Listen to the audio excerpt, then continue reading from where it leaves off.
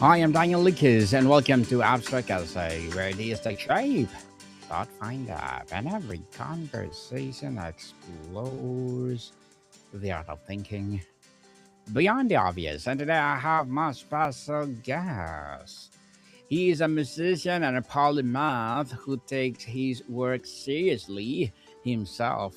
Not so much, other than Mr. Jake Cassman. Thanks so much for having me, Daniel. Welcome, Mr. Jake on Abstract Essay. And can you please introduce more about yourself that I miss? Yeah, I'm a musician, artist, songwriter based in Los Angeles. My own stuff tends to be in the folk and rock genres, but it tends to be pretty eclectic. And I have uh, done just about every gig you can imagine over the years in music, from dueling pianos to weddings to improv comedy to writing musicals. And now by day, I'm also a school music teacher for middle and high school students here in Los Angeles. Well, Mr. Jake, thank you so much for sharing your knowledge and wisdom to us as to the world. Here on Abstract Essay, we salute you, we celebrate you. Oh, thank you. Yes, thank you for building your legacy to the world. So let's talk about you meant the hats that we mentioned a while ago. Mhm. Idling High is your debut solo album after five records with Drunken Logic. What is the difference between writing for a band and writing for yourself? And was there a moment in the studio where you thought, "Oh, I'm actually alone in here"? Thankfully, I was not alone in the studio. I had two very good friends in there with me. Mike Post, whose studio Moose Cat Recording was the one we were using to record, and then my buddy Mitch Van Bree, who plays bass on the record and also co-produced with Mike and I. We were kind of the brain trust of the whole operation, and we worked together quite a bit. I think one of the great joys of music is that you don't have to make it by yourself. You get to share it with other people, and when you have these abstract ideas, you get to run that by people you trust and people who um, understand you and appreciate what you're trying to do, but can also help you translate those ideas maybe for a slightly wider audience and help you realize those ideas to the best of their own abilities too. So I was never alone. But I did go into the studio thinking it was going to be another Drunken Logic record. Drunken Logic I'd always envisioned as a band, but the reality was that I was the last person in that band to realize that Drunken Logic was actually my solo project. Um, and I, at some point during the making of the record, I had a friend who changed their name from a stage name to their own name, and I talked with him, and he said that changing his name to his given name was actually one of the most liberating things he'd ever done. And I just kind of realized that I'd outlived that name and that I the vulnerability and honesty I was about to go into with this album, it was personal. And if I was going to make the album as personal as possible, I had to put my name on it. So that was the decision making process. Well, congratulations for that album, Mr. Jake. Looking forward for more albums to come. Thank The you. album title, Idling High, suggests motion without progress, energy without destination. Were you idling when you wrote this, or where you finally stopped long enough to see something? Um, I think the title's kind of a triple entendre in many different ways. I When I was writing the songs for this, I'd just bought my first car because I'd lived in Boston for the past 7 years and didn't need one. And then I moved to Los Angeles, and obviously I did. And every car I was looking to buy had a really jumpy gas pedal. And one of the salesmen told me at some point that the term they use for that is that this car idles high. It's idling high. And Hmm. that kind of jump lurch forward and then immediately having to step on the brakes and just no consistency, no steadiness of motion of progress forward. That's what it also felt like getting used to driving in LA traffic everywhere. And it also has felt like what personal growth and career growth for me has been like for the last 15 years. And so that felt like a really great title. And at times, I've also been somebody who sits on his behind and smokes a little too much marijuana, as Californians are wont to do sometimes. And so that also felt like the third element of the entendre that I liked. So I love a title that's evocative and that can mean multiple different things, and those were all the things I was kind of thinking about as I was putting this album together. Well said, Mr. Jake. You've said moving to Los Angeles shaped the making of this record. What does LA give a songwriter from California dreams and East Coast grit? What does it take away that you had to fight to keep? Um, LA is a really difficult town to move to. I had actually grown up in Northern California and spent a lot of time in LA as a kid. But Hmm. LA is a huge, huge place, and you don't really understand how huge it is until you move here and have your own car and have to kind of fend for yourself. And so when I moved here, I felt really lonely. I felt really stuck. I was still doing the same kind of freelance gigs that I'd been doing in Boston, and was really trying to move away from that into something more like the teaching that I'm doing now by day. Um, and so, uh, and as somebody who struggles with anxiety and anxiety that can turn into depression, there's also an element of like I knew I didn't want to deal with East Coast winters anymore. But there's something about being depressed when it's 75 degrees and there's not a cloud in the sky that makes depression even worse, at least for me, because you feel almost guilty that you're depressed. You can't enjoy yourself when it's beautiful, literally like 300 days out of the year here. Um, so yeah, it was a struggle to get grounded in this town, um and to reestablish myself in my home state, basically almost 20 years after I'd left. So Mhm. it took a long time to kind of, it was an album of rediscovery for myself, self-discovery, and yeah, finding myself and my roots again. And then I think there's also obviously a really wonderful lineage of LA folk rock dating back to the Byrds, to Tom Petty. Bands like Dawes and Counting Crows have been down here as well, and I wanted to draw on a lot of those kind of artists and that sound and feeling as well when I was making the record. Well said, Mr. Jake. Rock the Pigeon said your sound is cold, urgent, and timeless. Code, which is usually critics speak for code. I don't know how to describe it. Code. But you're a polymath and music teacher, so describe it yourself, not in genre, but a feeling. Um, I think it's the feeling of searching for something within yourself.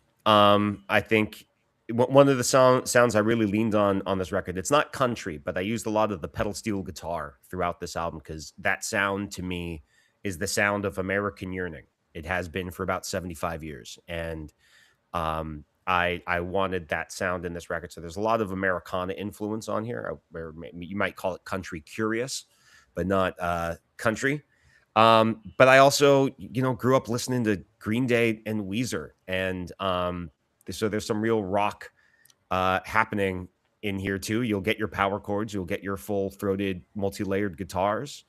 Um, like I said, it is really stripping myself raw in many ways and getting to the emotional heart of things and struggles I've had for a long, long time. Uh, I also think it's a wickedly funny record. I think there's some really hilarious moments on here. We just put out a music video for "I Think I'm Happy." That's one of the funniest things I've ever made. And yeah, it's not all. It's a dark sense of humor at times because you have to laugh at the dark times we live in and the darker parts of yourself. But I do think there's hope in the sound. I think there's realism in this sound. I think it's going to resonate with people of all ages, but people who feel a little bit stuck. Well said, Mr. Jake. So let's describe each of the songs in the album. Controlled Burned. How you describe it? That's the opening thesis of the record. It's kind of got every sound we're going to use on the entire album on it. It's about New Year's Eve and the hopes Oh, and the sorry. hopes Go all ahead. good. It's about the hopes and dreams we have for ourselves coming up in the new year, but also on a night and how that always, at least for me, New Year's Eve usually ends up being a disappointment. And usually by mid January, I'm pretty frustrated with myself for not having accomplished all of the things that I dreamed I was going to accomplish in the new year. So it is a little bit about setting yourself up for disappointment and more anxiety as well. Mm. Thanks for waking me up. Oh, This wake me up. song, yeah, this song is just an old school rocker. I was listening to a lot of Rolling Stones' Exile on Main Street album around that one, and it's just about meeting a cute girl at a bar. Mm-hmm. Asking my friend. Asking for a Okay. f- asking for a Asking friend. for a friend. Sorry. I think that's the funniest song on this record. It's very uncomfortable though too. It's a song about the questions we tend to ask ourselves, um, but are too afraid to ask other people. That are we're afraid to say out loud, even though we tend to. We all ask these questions at times. And I was drawing a lot of on in that LA lineage again. I was drawing a lot on Warren Zevon for that one. Mm-hmm. I think I'm happy. I think I'm happy is a song about being surprised that you might be happy, and kind of a combination between old school Elton John and Weezer Oh, sonically. nice. Yeah. So, Anna, I'm not interesting. Mm. Yeah. One of the cooler titles on this record. This was definitely a favorite of ours while we were making it. It's got pedal steel on it, but it's also got 808s. And it's a really introspective song about some of the roadblocks I throw up when I'm about to become vulnerable and enter into a relationship with somebody, and it's me almost trying to convince a woman I'm not good enough for her, which is something I've been guilty of in the past. Okay, so we all look the same. Yeah, I wrote that one driving across America, and in these divided times, realizing that I think that Americans still have more in common than not. And wanted to channel kind of Bruce Springsteen, Pete Seeger, Woody Guthrie, the old school folk tradition, and write about where the dividing lines between us really should be as Americans. So, Mr. Jake, you step away from Ivy League education to pursue songwriting full time. What's the brave decision or obvious one, and what's the difference between those two answers for you now? Oh man. Well, I was 20 years old when I made that choice, and I was doing well. I was majoring in political science, which is a subject I'm very passionate about. And I had the greatest group of friends I've ever had. I actually just had dinner with one of them again last night. Um, yeah, leaving the University of Pennsylvania was one of the hardest things I've ever had to do. But at the same time, I just knew I wasn't fulfilled doing what I was doing. And as much as I loved my circumstances, I had all this music I was writing and I had no outlet for it. And until I knew for sure that I could give that a go as a career, as a life in music, I was always going to wonder what if. And so I ended up applying to Berklee College of Music, and I ended up getting in, and I haven't looked back. It's not been as easy or as linear a road forward personally and professionally for me as it has been for some of my friends and family who've taken maybe a more traditional route, but it's not a decision I've regretted for an instant. Well said, Mr. Jake. By day, you were a school music teacher for 6 to 12 graders, as you said a while ago. What's something your students believe about music that you wish more adults believe? And what's something you believe that your students thinks is ancient, irrelevant nonsense? Hmm. I think the first question is a little bit easier to answer, and I'd like to think I have a little bit of a part in instilling it in them. But it's just that I think everybody is musical, and I think when you're a Hmm. kid, you're not self conscious about the music you make or what you want to make. You may have trouble generating ideas, or you may not know your way around a piano or a guitar or anything like that. But that doesn't stop you from being creative and wanting to express yourself. And at least particularly when I'm teaching sixth graders, there's just no self consciousness there, and I really appreciate that. I'm somebody who firmly believes every human being is more musical than they think they are. And it's my job to convince people that, and it's really fun to have that enthusiasm in the classroom and kind of open doors and let them go through it rather than to dictate to them what music is, what music should be.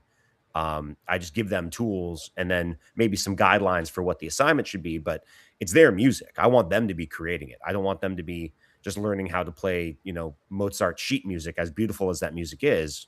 That's not a way that's certainly not how I developed my passion for making music. Um, and then sorry, what was your second question again? Well, I have more questions, Mr. Okay. Jake. So let's do next. You said you're fascinated to somewhat disgusted by contemporary music landscape. What disgusts you most? Not easy target or streaming royalties or TikTok, but something structural that most people don't notice. I think the hardest thing about being I firmly believe there is more great music being made now than there ever has been before. Just Mm, by the sheer amount that's coming out. I think there's something like 140,000 new songs uploaded to Spotify every day now, something like that. yeah. Hmm. Yeah, and just by I think it's a great thing that more people are making music, more people have access to the ability to make and distribute music. What has changed is our ability to enjoy it together. That when through the 50s all the way up through the early 2000s, when a new record came out, there was a cultural conversation around what the Beatles did, what Radiohead did, um, and there was room to have that conversation for a lot of different types of music. Nowadays it seems like it has to be a billionaire artist like Taylor Swift, who gets to dominate the conversation for any that is the only monocultural experience we get to have musically anymore. And that means that they are sucking up a lot of the oxygen for a lot of the smaller artists and there's just so many more smaller artists now. So I can go and listen to a new album and really, really dig it, but there is no guarantee that the people in my life are also going to have listened to that album. And so I can't talk about the ideas in it and what songs are in it the way that I could when American Idiot came out in high school and I just wanted to talk about Green Day with my friends. So I think we're missing Yes. that. That's something that I think we're really missing. Definitely, we missed that, Mr. Jake. You come from a family of activists and study political science. Most of your writing is political, but political songs can be preachy. How do you write song about something you believe without sound like you're lecturing someone who disagrees?